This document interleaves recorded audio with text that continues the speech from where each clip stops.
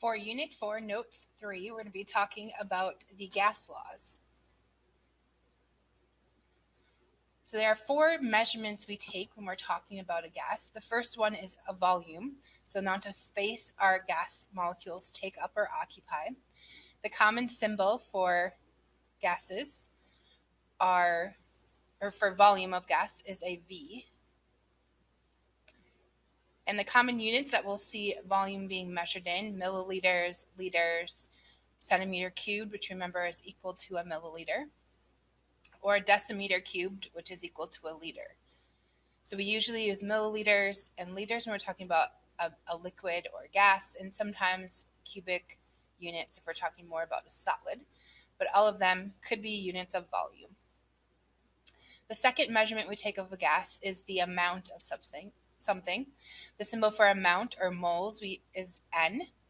So it's the amount of matter contained in 6.02 times 10 to the 23rd pieces or particles of that substance. And remember, 1 mole of that is also equal to 22.4 liters if we're at standard temperature and pressure. So volume V, amount of substance in moles N. The other 2 that we use are temperature. So T is the symbol for temperature in an equation, and it measures how fast those molecules are moving. So common units, especially when we're talking about gases, we always need to be in kelvins. But a lot of times we're measured in Celsius or Fahrenheit in the United States. So remember, to get something into kelvins, you take your temperature in Celsius and you add 273 and a little more specific 0.15 to it to get it into Kelvin. And then to do the opposite, to get it back into Celsius. Sometimes it makes more sense to us in Celsius, but we need kelvins to calculate. We take our Kelvin temperature and we minus 273.15. So whenever we calculate with gases, though, we need to always be in kelvins. The other unit we measure for a gas is pressure. So this is how much force is exerted per area by our gases. The common units for pressure: millimeters of mercury, ATMs, pascals, kilopascals, torrs, bars, psi. Common ones that we will see in science: ATMs, atmospheres, millimeters of mercury, and maybe some kilopascals.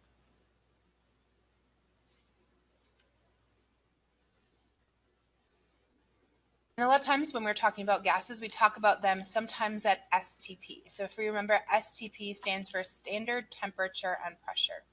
So standard temperature is 0 degrees Celsius, or in kelvins 273.15, and pressure is 1 atmosphere. But it could also be any one of these units. Remember, 1 atmosphere is equal to all of these. So all of these are also standard pressure. And from chemistry, we talked about these gas laws. So let's just review them quickly. So the first one on the top here we have is Boyles' law. So Boyles' law relates pressure and volume. So it's an inverse relationship, meaning as one goes up, the other goes down. So if we apply more pressure to our gas molecules, squeeze them more together, the volume is going to decrease. And if we release that pressure, the volume should increase. The one that relates pressure and temperature, remember that was Gay-Lussacs' law.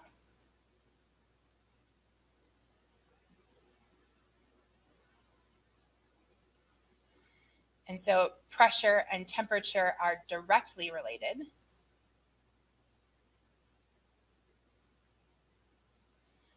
So as pressure goes up, temperature must have gone up. As pressure goes down, temperature goes down. Charles' law is the one in the bottom left corner. So Charles' law relates volume and temperature. And again, this is going to be a direct relationship. So as temperature goes up, our gas should expand. As temperature goes down, our gas should shrink. And then the one we haven't talked about, this is Avogadros.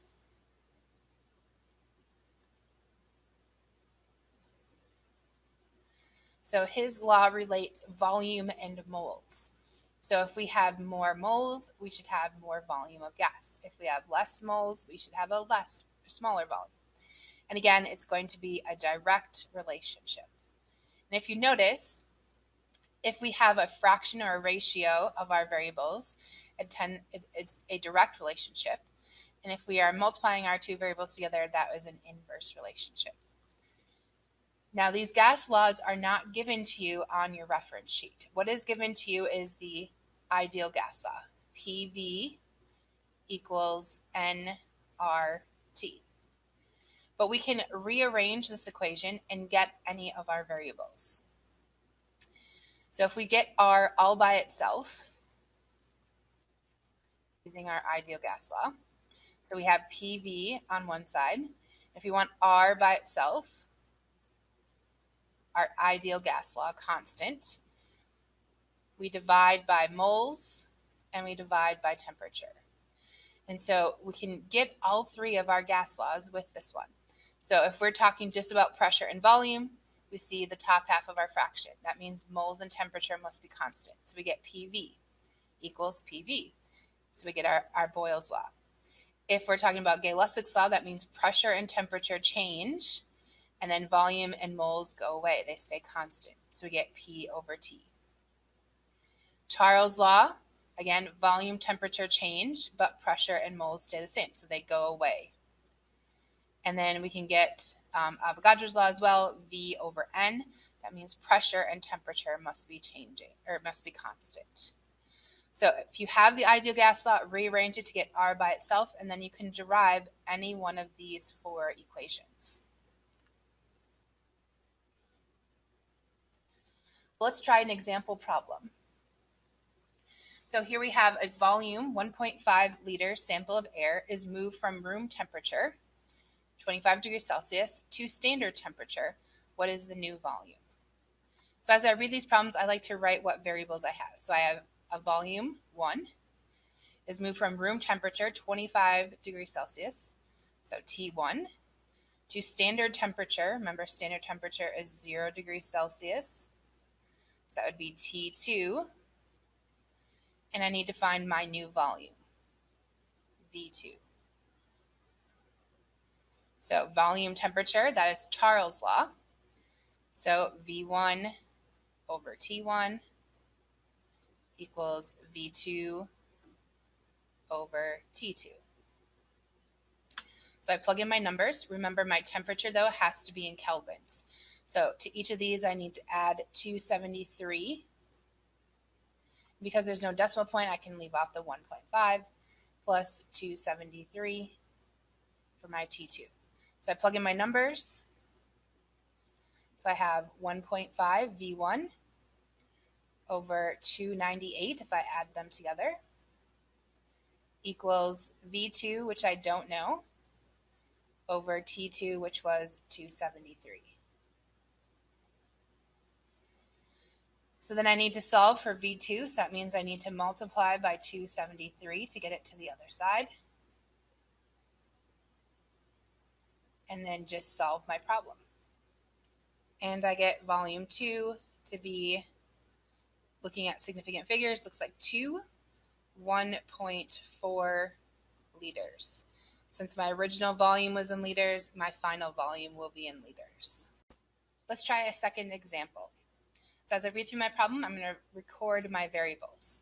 So we have a 5 milliliter sample, so we have a volume, collected in a syringe at STP. So we have a temperature and we have a pressure, depending on what we need. What is the pressure? So we need to find P2 if the volume is decreased to 3 milliliters. So we have V2. So that means we need our standard pressure. And we can choose any of the units. I'm just going to use 1 ATM, 1 atmosphere. So that was my P1. Now, milliliters are okay for these gas laws right now, as long as they're both the same unit. So they're both milliliters, so I don't need to change them. So pressure and volume, I'm going to be using Boyles' law. So V1 times P1 equals V2 times P2. So my first volume is 5 times my standard pressure, which I'm using ATM, so 1, equals P2, I don't know, times my volume 2, which is 3. So to move 3 to the other side, I'm going to divide by it, so it cancels here. And then I'm just going to plug it into my calculator. So pressure 2, looking like I can keep 3 significant figures. I get 1.67. And my first pressure, I used atmospheres, so I'm going to have atmospheres again. So a flask is filled with air at STP, so we have standard temperature pressure. The flask is sealed and heated with a Bunsen burner. How hot can the flask get without exploding? If the maximum pressure the gas can withstand is 3 atms. So I have a pressure here. And I'm going to have to use my temperature and pressure as well. And how hot, that means I'm finding T2. So standard temperature, 0 degrees Celsius. Standard pressure, I need to use the same unit. So atmospheres, 1 atm. So I'm using a pressure-temperature relationship, which is Gay-Lussacs law. So P1 over T1 equals P2 over T2. And I'm going to plug in my numbers now. So 1 atmosphere for pressure 1 needs to be in Kelvin, so I got to add 273 to that. So 273 Kelvin equals my new pressure of 3 divided by my temperature, T2. So since T is on bottom, I need to do a little cross multiplying. So I'm going to multiply 1 times T, so I get T2 times 1, and then 3 times 273. And I'm going to divide by 1 to get it to the other side. Cross multiply, divide. So I'm just going to plug it into my calculator. 3 times 273. So my temperature can reach 819 Kelvin. Now let's convert that back into Celsius, which would be 546 degrees Celsius. So really hot before that can will explode. So let's relate our 2 gas laws here together. Kind of sum up our 4 laws.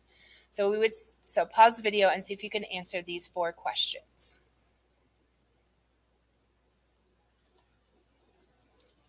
So number 1, volume is directly proportional to Kelvin temperatures. So as the temperature of the gas increases, volume will increase. Volume is going to be inversely related to pressure. So as the pressure of the gas increases, the volume should decrease. Pressure and temperature, that's going to be a direct relationship. So as the temperature goes up, the pressure goes up. And then volume is directly related to the moles. So as we have more moles of gas, our volume of gas will also increase. So we have one last law to discuss, which is the ideal gas law. So for the ideal gas law, we have some specific units we have to be in when we use this law. So pressure is one of those. So depending on which R we want to use, we could use the top one. We would have to have pressure in ATMs, which is probably the most common one you'll use.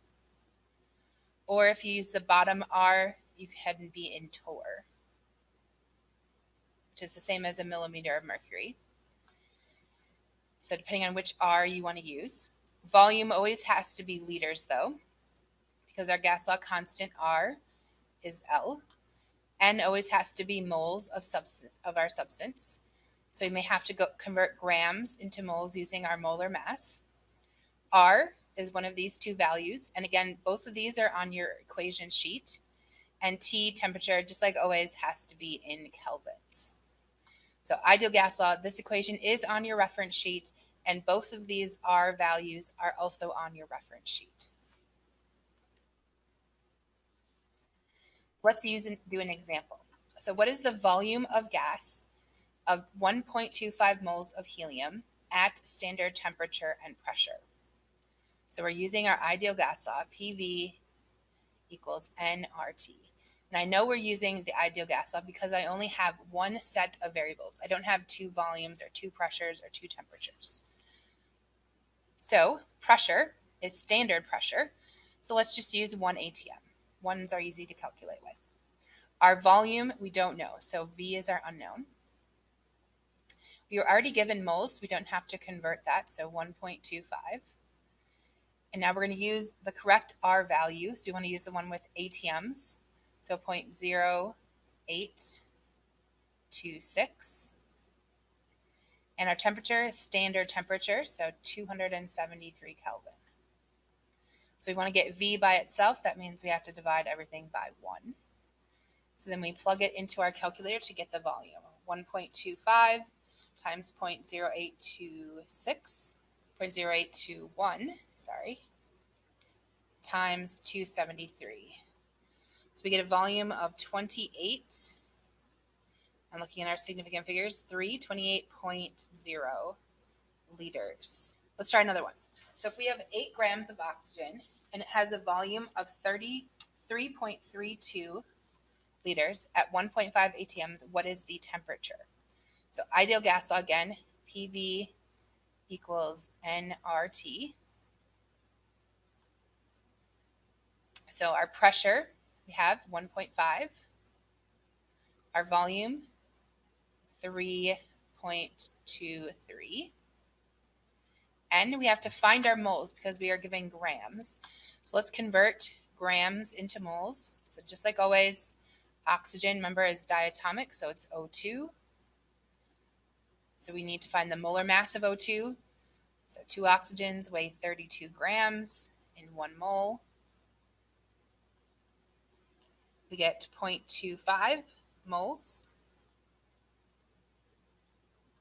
We plug in our gas law constant and we solve for T. So we divide over 0.25 and 0.0821. Make sure you put those in parentheses so it divides by the whole thing, and then we solve, which is 236 Kelvin. So pause this video and see if you can solve this problem on your own. So for the ideal gas law, PV equals nRT. Let's figure out what numbers we can plug in. So it wants to know what is the volume. So that means we do not know V. If we have 20.54 grams, we're going to have to convert that to moles of gas at 735 torr. And we don't know, or we know N, we got to solve for it. So let's convert our grams into moles. So we have 20.54 grams of CH4. So molar mass to get to moles. So 1 carbon plus 4 hydrogens. So we get a mass of 16.042. So if we convert that into moles, we would divide the 2. So we get 1 point, keeping 4 significant figures, 280 for our moles. And let's use our other gas law constant this time. So we want to use the one that is in torr. So that's 62.36.